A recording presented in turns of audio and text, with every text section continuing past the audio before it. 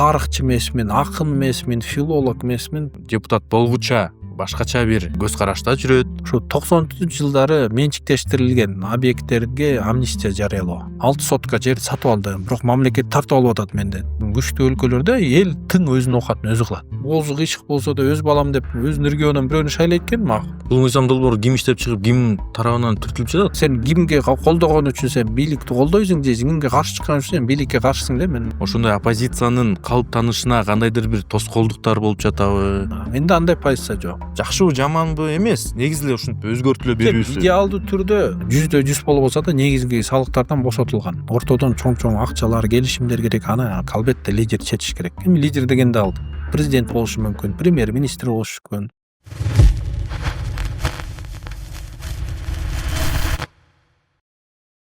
Илдар мырза, кош келдиңиз биздин подкастка. Биздин подкаст саясий өңүттө жүрмөкчү. Саясаттагы актуалдуу суроолорду беремин сизге. Бүгүн дагы бир жолу кош келдиңиз. Менин эң биринчи суроом сизге: саясат деген сиз үчүн эмне? Саясатты кандай түшүнөсүз? Саясат бул ушул бир өлкөнүн, эми биздики Кыргызстандын коому үчүн, эли үчүн, келечеги үчүн бир ишмерлик, ошентип эле түшүнөм. Демек бул адамдан айрылгыс бир нерсе, саясат. Эми Кыргызстанда болобу, кайсы өлкөдө болобу, мен ойлойм ар бир адам саясатка катышыш керек. Катышыш керек дегенде, жок дегенде барып шайлоого барып, өзүнө жаккан бир кишиге добуш берип коюш керек. Эми саясий позициясын билдириш керек. Ансыз болбойт го дейм. Ансыз мындай айтканда өлкөнүн жашоосуна, өзүңдүн бала чакаңдын келечегинин баарына мындай бир кайдыгерлик, мага баары бир дегендей мамиле болуп калат эгер аны кылбасаңчы. Ошон үчүн менин оюмча баарыбыз саясатка кызыгышыбыз керек, түшүнүшүбүз керек. Анан жок дегенде шайлоочу катарында. Бизде эме бар го, биздин коомдо өзгөчө мамлекетте ушундай сөздөр айтылат го. Кыргыз эли саясатташып кетти депчи. Эми саясатташып кетти деген мүмкүн түшүнүп түшүнбөгөн маселелер үчүн ашыкча сөз кылып ийди, ушак кылып ийди деген сөздөр болушу мүмкүн, бирок жалпылап мен антип ойлобойм. Эми элдин бир деңгээли бар да, билим дейбизби, аң сезим дейбизби, ошол деңгээлине жараша саясий маселелер албетте талкууланыш керек. Эми мындай маанилүү чечимдер, эми жөнөкөй чечимдер бар, ал мындай 2 кошсоң 4-төгө кошгондой эле чечимдер бар. Эми алар кете берет. Эми аны жөн эле дайын жок, ары чойгон, бери чойгон, ал чындыгында мүмкүн убакытты ысырап кыла турган нерселер. Бирок көп маселелерди талкуулаш керек, сүйлөшүш керек, ал нормалдуу эле нерсе. Абдан жакшы. Ошол маселелер боюнча да сизге мен суроо беремин. Чоң саясатка келүүңүздүн себеби эмнеде болду? Эмне мукташтык болду бул кадамыңызга? Мен негизи ишкерлик чөйрөдө жүрдүм да бир 15 канча жыл. Сыртта да жашап калдым көп жыл. Анан сыртта жашаганда ошол макул, мен сыртта жашап жүрөм, оокатым өтүп атат, бирок өзүм өлкөм каяка кетип атат, өйдө ылдый кандай окуялар болуп атат деп ошого ар дайым кызыгат. Негизи эле ар бир мигрант сыртта жашаган Кыргызстандын болуп аткан окуяларына мен ойлойм өзгөчө кызыгат. Кыргызстанда жашагандар аны көбүрөөк маалыматтарды окуйт, жаңылыктарды окуйт, анан ичинен албетте мунун баарын ойлонот, күйүп бышат. Биз деле ошол процесстерден өттүк. Анан Кыргызстанга келгенден кийин ишкерлик кылып атканда мен көптөгөн маселелерге жолуктум. Коррупция маселелери, бюрократия, анан бизнес ассоциацияда эмгектенип, мындай коомдук ишкер катары акыры ошентип мыйзамдарда бул туура жазылыптыр, туура эмес жазылыптыр деп ушинтип акыры өзүм да өкмөткө кирип иштеп, ушинтип азыр жогорку кеңеште иштеп атабыз. Абдан жакшы. Сиз айтып кеттиңиз, ишкер катары 15 жыл тегерегинде жүрдүңүз, бюрократияда иштедиңиз, андан кийин жогорку кеңешке талапкерлигиңизди коюп, азыр мына депутат болдуңуз да. Бул сиздин депутаттык биринчи тажрыйбаңыз. Депутат болгондон кийин көз карашыңызда бир нерсе өзгөрдүбү? Муну эмнеге айтып атам? Кээ бирөө депутат болгуча башкача бир көз карашта жүрөт. Депутат болгондон кийин көзү, ою, позициясы алмашат. Сиздики кандай болду? Принциптерим өзгөргөн жок. Кыргызстандын келечеги үчүн, мындай бакубатчылык үчүн, жакшы нерсе үчүн күрөшүш керек, иштеш керек деген эле позициядабыз. Туура эмес нерселерди токтотуш керек, каршы чыгыш керек деген эле ошондой эле позициядабыз. Принциптер өзгөргөн жок, бирок тажрыйба аркылуу ыкмалар дейбизби, методикалар мүмкүн өзгөрдү. Көрсө мыйзамдар ушундай кабылданат экен, Мүмкүн ал мыйзамдар алыныш үчүн же алынбаш үчүн кандай ишмердик жүргүзсө, эми депутат катары бир тажрыйба пайда болуп атат, ошого жараша мүмкүн бир аз подходдор өзгөрүп атат. Бирок жалпы принциптерим, максаттарым өзгөргөн жок. Абдан жакшы. Азыркы учурда парламентте кандай мыйзамдардын үстүндө иштеп жатасыз? Мен негизги 2 тармакта иштеп атам: экономика, анан билим берүү. Билим берүүдө биз 2 жыл депутатка чейин эле бир волонтер болуп иштеп, ошо акыркы билим берүү мыйзамынын автору да болуп калдык десек болот. Экономика маселелери боюнча да албетте. Бирок өзүм азыр курулуш жана транспорт комитетинде, ал жерде деле экономика маселелери чындыгындачы. Кытай, Кыргызстан темир жолдорунун деталдуу маалыматтарын биз карайбыз комитеттен. Ошол эле могу ГИКтин салынып аткан үйлөрүн, жолдорду, кыскасы ошол баары эле ал деле экономика, инфраструктура. Ушул экономика жана билим берүү. Анан кайсы мыйзамдардын үстүнөн десеңиздер, акыркы иштеп чыккан мыйзам амнистия жөнүндө деп жаздык. Анда 2-3 жума болуп калды. Азыр коомдук талкууда турат. Ушу 90-жылдары менчиктештирилген объекттерге амнистия жарыялоо. Максаты эмне болуп калат бул кадам? Максат мындай: эми анализдеп көрсөк, мына мисалы мен 40тан ашты жашым. Мен 90-жылдары мектепте окучумун да. Мисалы 30тагы балдар азыр тоже активдүү мындай бизнес кылып баштаган балдар көп. Ал кезде жаңы төрөлдү. Бирок ошолордун сатып алган объекттерин, мисалы өткөндө Боз Териде видео жүрөт. Бир киши айтат: мен 7 жыл иштеп Россияда акчам топтоп, могул 6 сотка жер сатып алдым. Бирок мамлекет тартып алып атат менден. Бул туура эмес, приватташтырылган деп. Бирок мен толук бүт документтерин алгам. Чоң акча короттум. 7 жылдык эмгегим турат бул жерде. Маңдай термен тапкан акча. Менде эмне күнөө дейт да. Ал жана добросовестный покупатель деп коебуз. Мен ошо мыйзамга айтып атам: эгер кайсы бир объектти добросовестный покупатель, кыргызча кандай которобуз билбейм, таза мындай базар жол менен сатып алган адамдын объектине тийишмей жок деген мыйзам да. То есть ошондойдун баарына биз амнистия жарыялатабыз. Бирок ал жерде бир 2-3 гана исключение бар. Бул соцобъект болбош керек. Мектеп, бала бакча, мүмкүн маданият үйү, мүмкүн парк, мүмкүн автовокзал, мындай социалдык, коомдук мааниси бар объекттер амнистияга жатпайт. Анан эгер ал объект жана биринчи приватизация кылган адамдын атында болбосо, эгер ал чындыгында 90-жылдары мындай, кээ бирлер айтат мындай ит бекер депчи, жөн эле өзүнө кылып алган, эгер ошонун колунда болсо, ошолор мыйзамга кирбейт. Фиктивдүү кандайдыр бир сделкалар болбош керек. Реалдуу базардан бирөө өз акчасына сатып алса, ал приватташтырып атканда кандайдыр бир майда чүйдө мыйзам бузуулар болсо деле, негизги документтер чыккандан кийин ага уже тийишмей жок деген мыйзам. Антисиз эми биз муну спикер менен да талкууладык отуруп алып. Башка депутаттар менен да, анын баары эле макул. Анткени биз мунун баарына тийише берсек, мунун баш аягын таппайбыз. Анан азыр күч органдар арасында кандайдыр жарыш сыяктуу болуп кетти да. Канча иш козгойм. Бул экономиканы тоңдуруп атат. Анткени ал объектти мамлекетке кайтарган күнү эмне болот?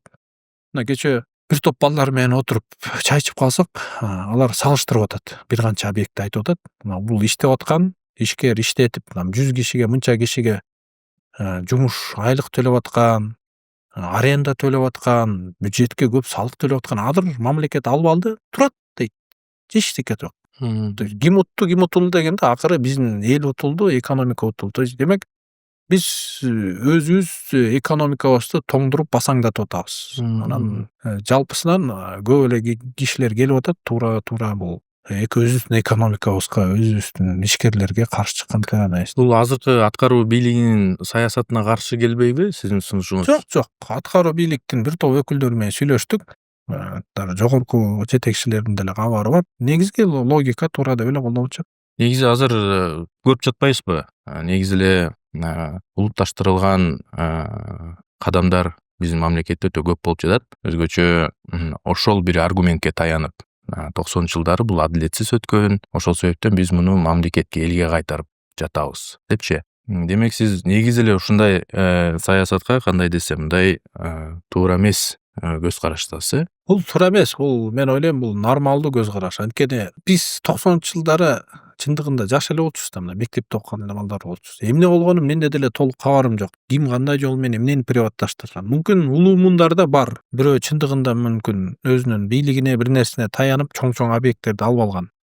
Ошолорго каршы бир чоң күрөш жарыяланган да. Бирок өткөндө да спикер айтты парламенттен, баш ал десе бөрк алып атышат депчи. То есть уже бул ашыкча болуп, уже мындай күнөөсү жоп, таза иштеген адамдардын деле оокатын талаша баштады. Демек, муну мыйзамдуу, нормалдуу жолго салыш керек деген ошол ошон бир мыйзам биз сунуштап атабыз буюрса. Абдан жакшы. Азыр жогорку кеңеште бир топ мыйзамдар сунушталып жатат. Негизи эле биздин мамлекетибиз үчүн өтө маанилүү деген ойдомун. Ошолордун бирөөсү шайлоо эрежесин өзгөртүү аракети жүрүп жатат. Сиз ошого кандай көз караштасыз, ошол мыйзам долбооруна, ошол эрежеге?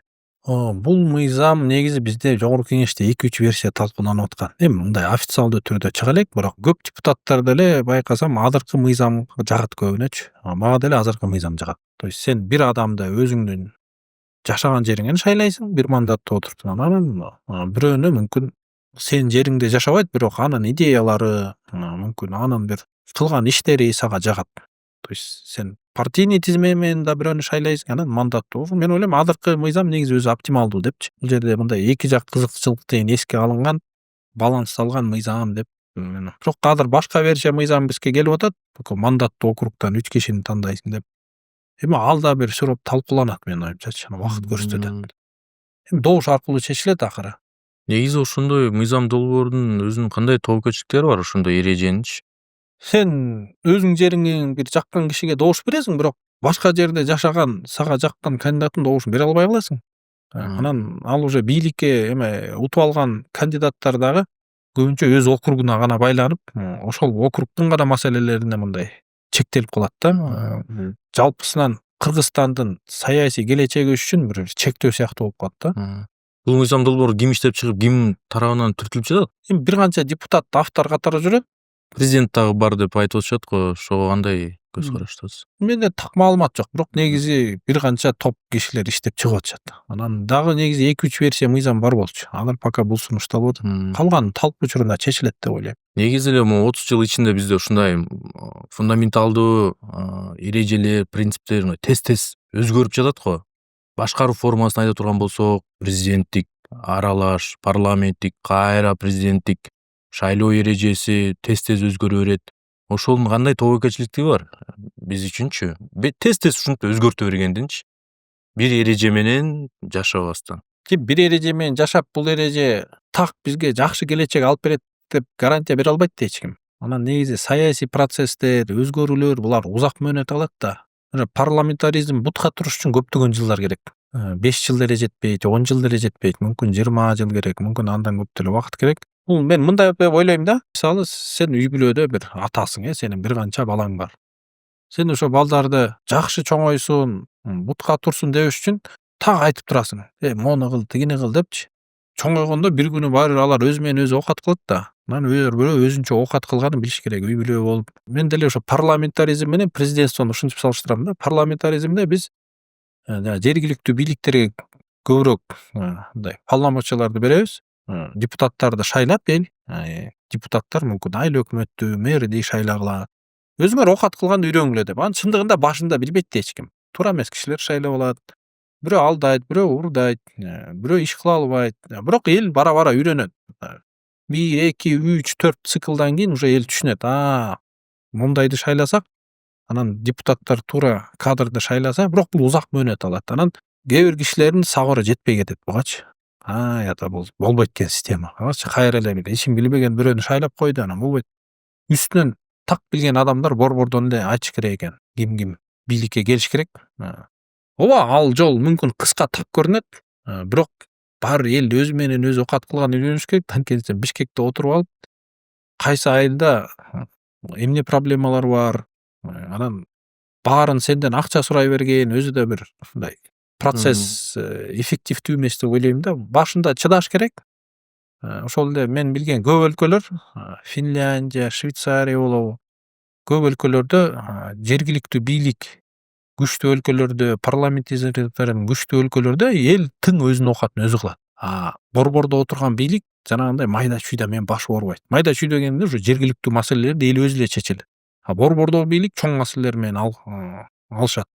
Тышкы саясат, ушундай чоң долбоорлор, ошону мисалы Кыргызстанда Камбар ата ГЭСи дейбизби, Кытай, Кыргызстан, Өзбекстан темир жол дейбизби, ошого окшогон чоң долбоорлор менен борбор алектенет, энергиясынын эффективдүүлүгүн ошого кетирет. А майда чүйдө маселелерди ошол жерде жергиликтүү бийликтер чечет. Мен ойлойм бул ушул модель эффективдүү депчи. Ушул мыйзам долбоорун кабыл алуу аркылуу парламентти дагы да толугу менен көз карандуу кылуу аракети жүргөн жокпу аткаруу бийлигинин? Эми улуумундагы алар айтат, негизи мындай мыйзам болгон 90-ч жылдар депчи. Жалаң гана мандаттуу округдардан шайланчубуз. Билбейм канча чакырылыш ошентип бир 2-3 чакырылыш ошентип тандалса керек кезиндечи, Акаев учурунда. Анан ошонун плюс минустарын ошол кездеги улуураак муун жакшы билет да. Мен ойлойм талкуу учурунда ошонун баары айтылат. Депутаттардан, мүмкүн ошол тармактын аксакалдарынан ошондо дагы жакшы салыштырабыз да. Анткени жеке мен андай мандаттуу шайлоону көрө элекмин, бирок минустар бар дейт ошол. Өзгөчө минустар бир аз трайбализм күчөшү мүмкүн деген маселелер бар да. Азыр кандай аракеттер көрүп жатасыз? Мисалы, эгерде сиз өзүңүз башка азыркы иштеп жаткан мыйзамдын колдоочусу болсоңуз, жаңы сунушталып жаткан мыйзамдын кабыл алынбашына Мен азыркы мыйзамды эле колдойт элем да. Анткени мен ушул мыйзам менен партия тизмеси менен келдим да. Мисалы мен өзүм Чүй Токмоктон болгону менен мени Көлдөн да көп киши шайлады, мен Көлдө чоңойгом. Нарындан көп идеялаштарым бар. Баткенден шайлашты, Оштон шайлашты. То есть ар бир адам ооба оозу кыйшык болсо да өз балам деп өзүнүн регионунан бирөөнү шайлайт экен, макул. А экинчисин өзүнүн бир позициясы үчүн, бир ишмердүүлүгү үчүн шайлайт экен да. Мен ойлойм элге ушул тандоо негизи өзү туура депчи. кандай аракеттер көрүп атасыз? Мисалы, бул мыйзамдын кабыл алынбашына азыркы учурда. Мен түшүндүрүп атам, мына бизден 3-4 күн мурун ушул мыйзам коомдук талкууга ирингени бизге бир 10 журналисттер келип ушул боюнча суроолорду берди. Баарына эле ушинтип эле түшүндүрүп атам позицияны. Анын баарын эл угуп атат да, көрүп атат. Эми депутат катары айтсаңыз, жогорку кеңеш, депутаттар канчалык деңгээлде аткаруу бийлигинен, президенттен көз карандысыз? Эми 100% көз каранды эч ким жок. Кыргызстандын эгемендүүлүгүнөн баштап эле билебиз, баары бизде күч органдары бар, негизги органдар, булар түзмө-түз президентке баш ийгендиктен рычаг бар да. Бирок уже калган депутаттын эми албетте өзүнүн баскан турганы, кылган иштери, туура эмес кылган иштери болсо, албетте ал адам коркот бир нерсе айткандан. Түзмө-түз көз каранды болот. Эгер өзүнүн мындай более-менее таза жүрөм, иш кыла алам деген принципиалдуу киши болсо, ал более-менее позициясын айтат. Негизи көз карандысыз болушу керек, депутаттар, парламент. Негизги өнүккөн өлкөлөрдө депутат деген бул ким? Бул элдин өкүлү. Биз кыргыз эли дейбизби, жалпы эл өкмөттү шайлады, аткаруу бийлигин. Аларга толук укуктарды бердик. Күч органдары болобу, бюджет болобу, анан алар ошонун баарын ишке аткарат. Жол салабы, балдарды окутабы, оорукана салабы, ошонун баарын кылганда эми албетте жакшы таза иштесе сонун. Бирок кээ бирден иштери туура эмес кылганда аларга бирөө айтыш керек, мону туура эмес кылып атасың. Мүмкүн бу жерден бирөө акча урдап алды, могул кадр туура эмес иштеп атат деп, эми ал ким айтат? Эми 7 миллион эли баары айта бербейт да. 7 миллион өзүнүн атынан бир өкүлдөрдү тандайт. Ошол 90 депутат ошо элдин өкүлдөрү да, эл шайлаган. Ар бир депутаттын артында бир канча миң добуш бар. Ошол элдин атынан биз сүйлөйбүз. Могу ишти туура кылып атасың, муну туура эмес, муну оңдоп кой, муну токтот. Ошон үчүн биз чындыгында ачык ар бир маселени айткан укугубуз болуш керек. Ал айткан сөздөр үчүн мыйзамда деле биз жазылып турат, бизге эч кандай эч ким эчтеке куугунду кыла албайт, биз жоопкерчиликти албайбыз. Анткени биз элдин атынан ошо көйгөйдү айтып атабыз. Парламент деген сөз өзү негизи парле деген, бул французчадан сүйлө деген сөз. То есть депутаттын негизги иши бул сүйлөө, элдин атынан сүйлөп көйгөйлөрдү көтөрүү. Мисалы мен ар бир жыйынга келатканда өзгөчө жанагы ар кандай маселелер талкуулаганда мен өзүмдүн шайлоочуларыман сурайм. Кандай маселелер бар дегенде алар айтат, мен ошол маселени көтөрөм. Анан кээ бир өкмөттүн кылып аткан иштерин анализдейм, туура эмес нерселер болсо аны деле айтам. Ал кээ бир нерселер бийликке жагат, кээ бирлер жакпайт. Бирок аны үчүн депутатты куугунтуктаган бул болбойт. Анткени бул уже кылымдан кылымга иштеп келаткан адамзаттагы түзүлгөн модель. Коомдун, өлкөнүн күчтүү мамлекетти түзүүнүн модели ушул да. Демек биз да бул моделди карманып иштешибиз керек. Азыркы Кыргызстанда тургузулуп жаткан башкаруу моделинин негизи жалпы кеңинен ала турган болсок, келечеги кандай деп ойлойсуз? Канчага чейин барат? Мен ойлойм, эгер эл курсагы ток болсо, бакубат, мындай жакшы жашоо болсо, иштей берет бул модель. Эгер эл эртең кыйнала баштаса анда албетте суроолор пайда болот. Эмнеге биз кыйналып атабыз деп себептерин өзлөрү эл издей баштайт. То есть бийликтин кыла турган иши болгон ресурстарды, болгон абалды туура колдонуп, мындай балдары элибизге максималдуу түрдө мындай жашоо шарттарын түзүп берүү. Жумуш орундарын дейбизби, инфраструктура жана башка. Материалдык жактан нан менен Материалдык камсыз жактан, кылуу. материалдык жактан анан эми ал жанагы Маслоу пирамидасы деп коет. Адамга эмне керек? Эң биринчи адам ачкадан өлүп калбаш керек, тамак аш керек, анан үшүп калбаш керек, кийим кич керек, жашаган жери болуш керек. Анан уже ошонун баары камсыздалганда уже адамга эмне керек? Эркин бир билим керек жакшы. Өзү ой жүгүртүүсү керек. Кандайдыр бир баалуулуктар пайда боло баштайт. То есть жок дегенде жана пирамиданын 3-4 эң негизги муктаждыгын бийлик чечип берсе, мен ойлойм, жашоо өтө берет да. Эркиндик маселелери азыр кызыктырбайбы элибизди? Эркиндик албетте кызыктырат. Эми сен ошол өзүңдүн эле курсагыңды ток багыш үчүн сага ишкердик эркиндиги керек. Өзүңдүн бир идеяларыңды ишке ашыруу, каалаган өлкөгө барып иштөө, ошонун баарын эркиндик керек. Аны да бийлик камсыздап бериш керек. Анткени эми Кыргызстан биз жана заттарга, кең байлыктарга бай өлкө эмеспиз да.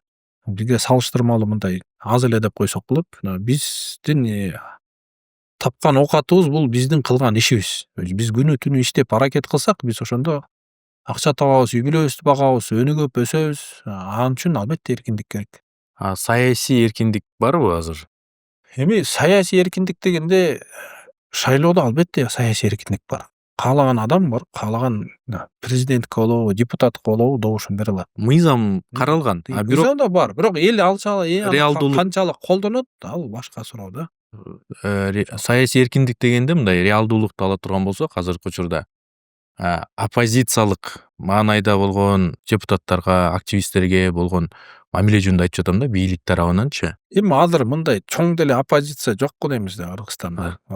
Жок болуунун себеби эмнеде? Мисалы, мүмкүн бийлик аябай жакшы иштеп атабы, же болбосо мүмкүн ошондой оппозициянын калыптанышына кандайдыр бир тоскоолдуктар болуп жатабы? Эми жалпысынан менин оюмча мындай эл демек кылынып аткан ишке ыраазы. Элдин курсагы ток деп койсок болот мындай. Образно айтканда. Катуу кылынып аткан анча мынча иштерге каршы катаал чыгып атканда эми бийлик катуу эле мындай мамиле кылып коюп атат. Анан башкасын кылып, жалпысынан ушундай абалда жашап атабыз. Демек, ал ошондой мамилеси болбошу керек. Туура эмес бул. Эгер Кандай болсо дагычы, мисалы. Кандай оппозиция болбосо да албетте ал бир кандайдыр бир мыйзамды түзмө-түз буспаса, анан бир саясий көз караштар үчүн албетте бийлик аларды бир куугунтуп табыш керек. Өнүккөн өлкөлөрдө ошондой. Азыркы учурда сиз Альянс партиясынын депутатысыз. Альянс партиясы мындай прогрессивдүү адамдардын, талапкерлердин, депутаттардын партиясы катары билебиз. Мен да ошондой билем да, мисалы. Партиянын ичиндеги мүчөлөр карай турган болсок, чындыгында мындай ойлору, позициясы. Сиз кандай ойдосуз? Чындыгында эле ошондойбу Альянс партиясы? Партиянын түзүүчүлөрүнүн бирисин деп койсом болот. Мен саясий кеңеште да катышам. Адакы күндө фракциянын зам лидеримин, лидердин ордун басары. Биз тизме чогултуп атканда, шайлоого баратканда чындыгында мындай принципиалдуу, билимдүү, позициясы бар кишилерден тизме чогултканбыз. Негизи. Эми 100% болбосо да жарымдан. Эң башкы талап ошол. Ошентип негизи партияны түзө баштаганбыз. Акыры 100% болбосо да көбү чындыгында ушундай эле кишилер келди окшойт парламентке. Бирок биз прям оппозициябыз деп айта албайм. Айтыш кыйын, бирок өзүбүздүн бир позициябыз бар, партиябыз деп айтсак болот. Анткени кайсы бир маселе болбосо эми көбүнчө өзүбүздүн оюбузду так билдирип айтабыз. Добушту деле ошого жараша билебиз да. Вот эмне себептен оппозициябыз деп айта албайсыңар өзүңөрдү? Бийлик ишин кыла албаса такыр эле. Эл кыйналып калса дагы, бирок бийлик болбой эле ишин кыла албай жүрө берсе, эми албетте анда мүмкүн уже оппозиция болуш керек болот. Бирок жалпысынан оокат өтүп атса, эл ыраазы болсо, эми мен ошого каршымын дегениңде бир аз логикага жатпайт. Бирок туура эмес иштерге, конечно, айтыш керек. Бул туура эмес кылынып атат. Мисалы силерге келгиче азыр 1-2 мыйзамга өзгөртүүнү сунуштадым. Өкмөт көнбөй атат. Мен так айтып атам, муну колдой албайм. Анткени силердин могу өзгөрүүлүңөр келечекте Кыргызстанды мындай анча мынча зыяндарга учуратышы мүмкүн деп көп мыйзамдар боюнча мен өзүмдүн сунуштарымды берем, күрөшөм, анан түшүндүрөм эмне үчүн экенинчи. Демек бул оппозиция эмеспиз деп айтканыңыз Конструктивдүү бир позициябыз бар деп айтам да менчи. бул кооптонуу, абайлоо эмес. Абайлоо дегенде мындай да эми бул жерде же эки вариант болот. Же анда такыр нааразы болсоң, бийликтин кылып аткан ишине анда же катуу күрөшүш керек, же кетиш керек. Менде андай позиция жок. Менде туура эмес иштерине туура эмес деп түзүүгөнгө аракет көрүп атам. Мен ойлойм бул деле Кыргызстандын келечеги үчүн бул конструктив позиция. Анткени 100% бирөө туура же туура эмес кылып атат деп кээ бирде айтыш кыйын. Мисалы гимн боюнча сурап атат кечээ журналист, колдойсузбу же колдойбойсузбу? Мен кайдан билем? Мен тарыхчы эмесмин, акын эмесмин, филолог эмесмин. Хорошо, келсин жаңы версия гимн, салыштыралы. Мүмкүн сонун жакшы гимн версия келип калса колдойбуз. Эгер азыркы гимнге караганда анча жакшы версия келбесе, ошол канча бир ошол тармактын адистеринин жыйынтыгы боюнча анда албетте колдобойбуз. Сен гимнге колдогон үчүн сен бийликти колдойсуң же гимнге каршы чыккан үчүн сен бийликке каршысың деп мен ойлойм бул туура эмес позиция да. Бул ар бир позиция боюнча, ар бир маселе боюнча караш керек да. Символикалар жөнүндө сөз болуп калды. Негизи эле ушул символдордун өзгөртүлүшү өзү туура нерсеби? Негизи эле мындай өзгөртүшү да, негизи эле. Жакшыбы, жаманбы эмес, негизи эле ушинтип өзгөртүлө берүүсү. Идеалдуу түрдө, конечно, кылымдан кылымга өзгөрбөгөн символуң болсо, это Сонун да. сону демек сен кылымдык элсиң, билбейм. Эми кээ бирлер айтат Кыргыздын көк байрагы болчу, Манастын көк байрагы болчу деп. Анда биз чындыгында Манастын, ошол тарыхтын элементтерди изилдеп, эми ал кезде Манас так адамбы жокпу өзүнчө маселе. Ошол эле Баксбек Каган дейт, Ажоо хан дейт, Кыргыздын чоң хандары болгон. Ошол кезде мамлекеттүүлүк бар кезде кандай желек болгон? Анда ошол желекти алып келишибиз керек болчу. 1000 жыл мурун мүмкүн ал жана көк асабабы мен билбейм кандай болгон. Ана археологдор, тарыхчылар изилдеп, мына биз 840-жылы кыргыз каганат бар кезде ушундай көк асаба болчу. Биз ошону далилдеш үчүн дал эле ошол асабаны бүгүн деле колдонолу десе, мен ойлойм жакшы аргумент. Биз 1000 кылымдык элбиз. Азыркы желегибизге бир 30 канча жыл болду. Аны өзгөрттү. Аргументтерде да маселенин барычы. Мисалы, эми көп өлкөлөрдү анализдеп чыгыш керек. Например, өткөндө Дания боюнча бир китеп окудум. Алардын желеги эме экен. Как раз өлкө урап калып жок болуп кете жастаганда, азыркы желегин бирөө көтөрүп, ошол момент жеңиптир да. Ал 100 жылбы канча жыл мурун болгон окуя экен. Ошон алар айтат экен, бул желек бул Дания депчи. Муну биз эч качан жеңиштин желеги. Бул жеңиштин желеги деп, мындай кан төгүү, күрөш аркылуу келген бир желек экен да. Мен ойлойм бизде эгер ошондой бир символ болсо, анда аны биз өзгөрткөнгө каршы чыкмакпыз. Салыштырыш керек кыскасычы. Эгемендүүлүктүн желеги катары кабыл алып 30 жыл болсо дагы туруктуу кылымдар бою алып кетсек жакшы болмок беле дейм да. Эми андан дагы көп сыноодон өтүшүбүз керек. Ооба. Экономист катары ооба. Экономист катары айтсаңыз, азыр экономикалык абал кандай мамлекетибизде? Жалпылап айтканда акыркы 3 жылда жакшы. Эмне себептен жакшы? Көбүнчө тышкы фактор деп айтам экономист катары. Анткени 22-жылы мисалы сырткы соодабыздын көлөмү бир 7-8 миллиард доллар болсо, кийинки жылдары уже 15-20 миллиард долларга чыгып кетти. Эми бул көбүнчө дүйнөдө болуп аткан ал кандай геополитикалык, саясий бир Тышкы факторлор демек буга факторлордон таасир бизге этти. бир жакшы позитивдүү таасир болуп атат. Мисалы, тарыхта болбогон көп окуялар болот. Мисалы, биз 23-жылы тыштан 2,7 миллиард долларга машина ташыптырбыз. Алып келип, баарын кайра саттык. Андан мен ойлойм бир 10-20% акча экономикада калды. Салык катары, элдин кирешеси катары фирмаларынан, башка тармактар деле мындай соодадан айтсак, бюджетке, таможняга, элдерге, бизнеске акча түшкөнү жалпысынан жакшы. Бирок бул канчалык убакытка созулат? Ал эгер деңгээл түшүп кетсе эмне болот дегенде, ал өзүнчө суроо. Демек, азыркы жакшы убакытты колдонуп биз көптөгөн да бизнесмендердин бутка туруп, мындай тамырын тереңдетип кенге бир шарттар түзүп беришибиз керек. Келечекке жакшы даярданыш керек. Жакшы заманда оор заманга даярдан деп айтат го. Мен ойлойм, азыр биз ушундай замандабыз. Абдан жакшы. Инфраструктуралуу көп объекттер болуп атат. Бул деле жакшы. Ушул темир жол болобу, башка объекттер болобу, келен кезде инфраструктураны келечекке куруп алыш керек. Анткени кийин ошол инфраструктура аркылуу дагы жүздөгөн ишкерлер пайда болот, миллиарддаган салыктар пайда болот, жумуш орундар пайда болот. Аткаруу бийлигинде ошондой аракеттер азыр көрүлүп жатабы? Эми 1-2 жыл катуу эле иштешти. Көптөгөн жолдор салынып атты. Эми мамлекеттик имараттын баарын эле бир сире оңдоп коюшту, жаңы имараттарды куруп атышты. Эми негизгиси багыт туура эле. Главное ошол жерден урдабай, алдабай таза кылынса абдан сонун. Бирок кылына турган иштер.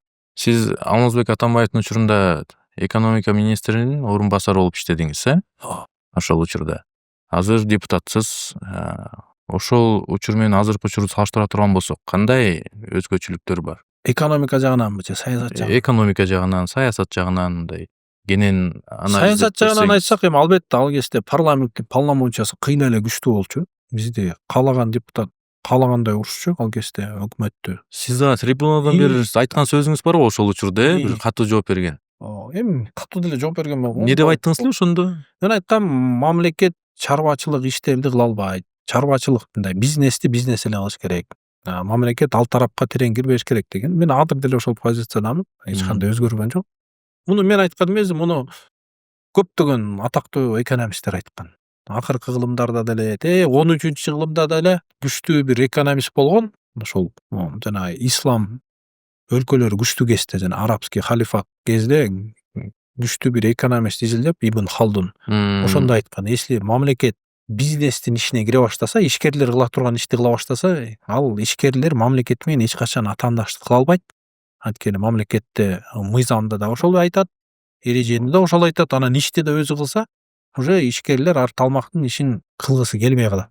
Анан кылган иши ишкерлердин саны азайып бара жоголуп кетет.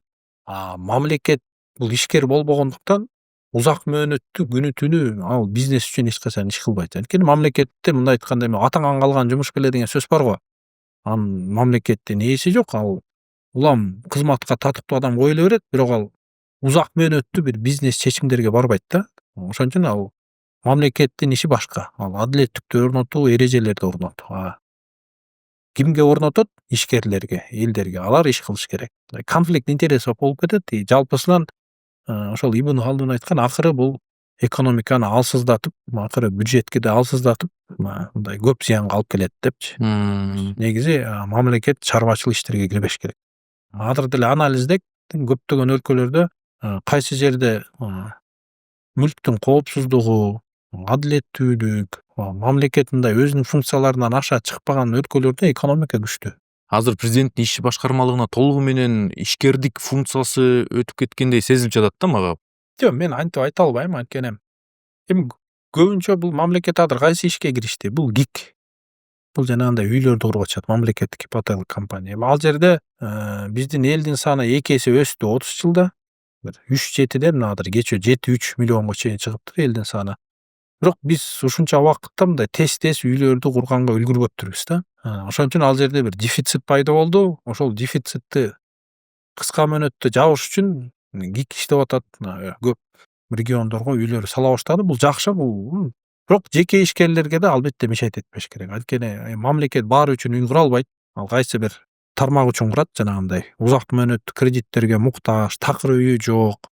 Мүмкүн ошо мамлекетте иштеген, калган 70-80% үйлөрүн баары бизнес куруш керек. Ошон үчүн бизнеске да мешайт этпеш керек. Коррупциясыз жакшы эрежелерди бекитип, алар жакта атаандаштык жакшы болсо, бага да ошондо көтөрүлбөйт да. Эс алуучу жайларын аз өзүнө өткөрүп, оңдоп түзөп, кайра эле аны. Ал жана үстүдө мен айтып кетпедимби, биз амнистия мыйзам жөнүндөчү. Ал ошого тиешелүү да. Чындыгында эгер ошол объекттерди бирөө өзүнүн таза тапкан акчасы менен сатып алса, мага тийишкени болбойт мамлекет. Эгер бирөө коррупция аркылуу бир туура эмес далил жолдору менен алса, анда макул эми чындыгында. Бирок мамлекет өткөн бийлик кезинде документ берген, бирок ал документ туура эмес экен деп кийинки бийлик айткан, бул туура эмес да. Бул прецедент катары деле жакшы эмес. Туруктуу өсүшкө туура келбеген иштер да. Сибат мектептерин Маариф фондуна өткөрүлүп берилгендигин кандай баалайт элеңиз? Билим берүү тармагында карай турган болсокчу. Мен өткөндө аны трибунадан айткам биздин министрге. Бизде Кыргызстанда эң чоң көйгөй бул кыргыз тилдүү билим берүүнүн сапаты. Сапат мен үчүн ошол кыргыз тилинде билим берип, мындай жогорку жыйынтыктарды көрсөткөн бир мекеме да. Азыр деле ошондой мекеме. Анан билим берүүдө иш кылган адамдар билет. Бул билим берүү оңой эмес. Сен деле азыр барып бир мектеп ачып коюп иштетем десең иштете албайсың. Ага жакшы күчтүү кадрлар керек, туруктуу. Ошондо гана иш жүрөт. Бул эме узак мөөнөттүү инвестиция да. Сен бир баланы биринчи класстан 10-11ге өстүргүчө мындай айтканда 1 муун алмаштырып кетип атат да. Ошончо сага кадрлар керек. Маарифке өткөнү бул менин оюмча бир саясий эл аралык бир иш болуп калды. Менин баалоомдо. Бирок бул мындай кыргыз тилдүү билим берүүнүн сапатына зыян алып келбеш керек. Эгер алып келсе бул зыян болот деп ойлойм да. Анткени ооба эми албетте эл аралык саясий иш өзүнчө, билим берүү сапатына да бул неге анткени кыргыз тилдүү мектептерде орус тилдүүлөргө караганда тилекке каршы билим деңгээли өтө төмөн. Болгону ошол сапат эле жакшы деңгээлде көрсөтүп келаткан да канча жылдан. Бул сапат мектептердин артында диний бир жамаат турат деп айтылат го. Эми дүйнөдө кандай экенин билбейм, бирок Кыргызстанда андай деп мен байкаган эмесмин. Ал жерде ишин билген мугалимдер ишин кылып атат, балдарын олимпиадага даярдап атат. ОРТден жакшы жыйынтыктарды көрсөтүп атат. Эми азыр маарифке деп өтүп кетти. Эми убакыт көрсөтөт.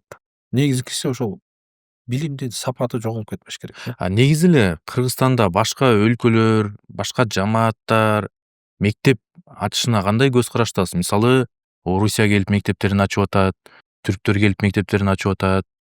Ушундай көз карашка кандайсыз? Эми дүйнөнү көп эле кыдырам да, бир 30 канча өлкөнү кыдыргам. Көп эле өлкөлөрдө мындай нерсе бар. Чындыгында башка өлкөлөр келип мектебин куруп беришет, кээ бирлер иштетишет. Ошо Американын өзүндө эле бул өтө көп. Мамлекетте бир 20-30% мектептер жана чартер скул деп коет. Мамлекет ГЧП сыяктуу да, сен келип мектеп сал, ач, иштет.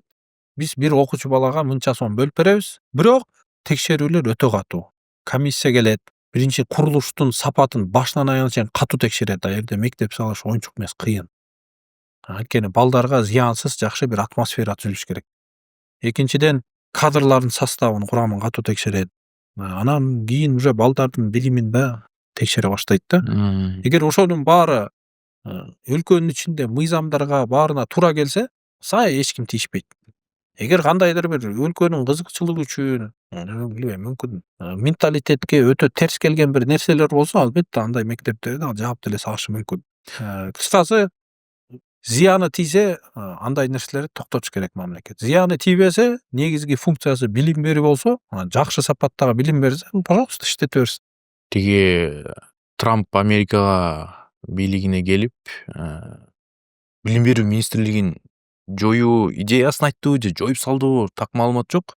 Бирок ошол жаңылык мени аябай ойлондурду да. Демек, башкача бир системага деле курса болот экен да, башкача аналогдор бар экен депчи. Ошо билим берүү министрлигинде, жалпы эле билим берүү тармагында кандай өзгөрүүлөр, реформалар керек деп ойлойсуз? Кайсыл багытта иш алып барыш керек? Мен жаңылбасам, билим берүү министрлиги жок эле болуш керек эле. Ал жерде штаттар карайт. Ар бир штаттын өзүндө бар да билим берүү. 1970 жылдары гана түзүлүптүр билим берүү министрлигичи. Штаты өтө аз экен да, өтө аз экен.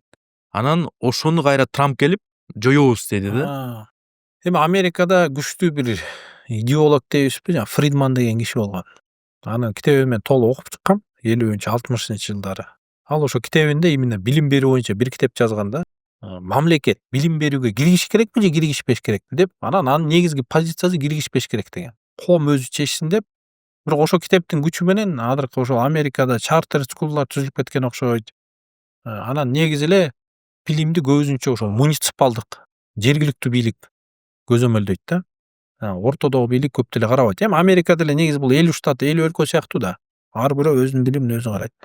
Кыргызстан жөнүндө айтсак, билим берүү 3 элементтен турат. Бул мугалим, бул окуучу, бул китеп. Китеп дегенде негизи эле окуу куралдары. Ошо 3 нерсе деңгээл өссө, билим берүү деңгээли өсөт. Демек, мугалимдерди алмаштырыш, мугалимдерди системага алып келиш өтө маанилүү, бирок бул бюджет. Например, Кыргызстанда 70 миңден ашык мугалим бар. Эгер азыр биз ар бирөөнү айына эле 1000 сом айлык көбөйтсөк, демек 700 миллион сом ай сайын жылына бир канча миллиард сом керек болот да. Бюджет жол берсе, албетте биз айлыкты көтөрүп, анын аркасынан күчтүү мугалимдерди системага киргизсек, бул эң жакшы. Анткени сөз бар, билим берүү деңгээли мугалимдин деңгээлинен жогору боло албайт деген. Анан эң арзан жөнөкөй жолу бул китеп. Эң дүйнөдө жакшы текшерилген китептерди бир Кыргызстанга адаптация кылып, эми адаптация деген эмне? Мисалы, эстонский же сингапурский китептерде эми ошактын мисалдарды алып келет, биз ошол жерде Кыргызстандын мисалдарын кошуп эле адаптация кылып койсок, ошол лидер өлкөлөрдүн китептерин адаптация кылып колдонсок жакшы болот. Эми Сингапурдукун министрлик аракет кылып атат, бирок убакыт созулуп кетти, уже 1 жыл өтүп кетти, пока жыйынтык көрө элекпиз. Мисалы, башкалар Эстонияныкын уже адаптация кылып койгон, ошону деле алып колдоно бериш керек. Убакытты кетирбейчи. Негизи жалпы Кыргызстандагы мектептердин бүт китептерин жаңартыш үчүн бир 8-9 миллиард сом акча керек.